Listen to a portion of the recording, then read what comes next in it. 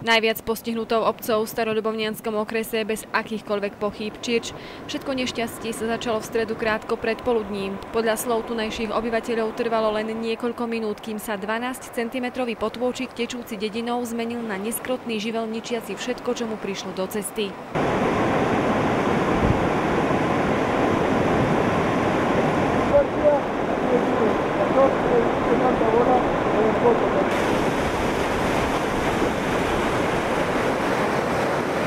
Také čudo už máme, ja už mám 70 rokov, ale čím toto nezažila.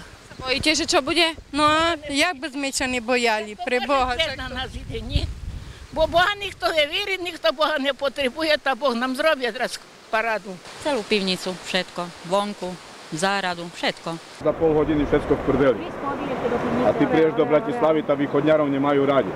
Starosta mal slzy v očiach, Čirčania boli na všetko sami, prosby o pomoc boli v popoludnejších hodinách podľa jeho slov nevypočuté. Som volal na armádu do Prešova, tam som volal, ale tam oni sa odvolali na to, že musím volať na okresnú povodňovú komisiu.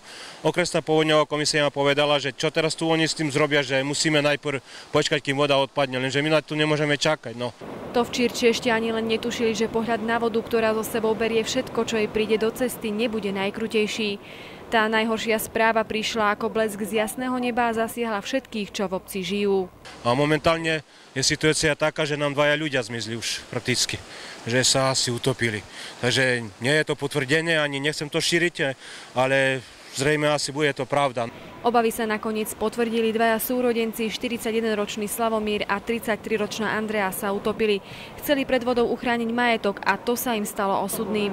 Zostali po nich 4 siroty, pričom najmladší z nich má iba 2 roky.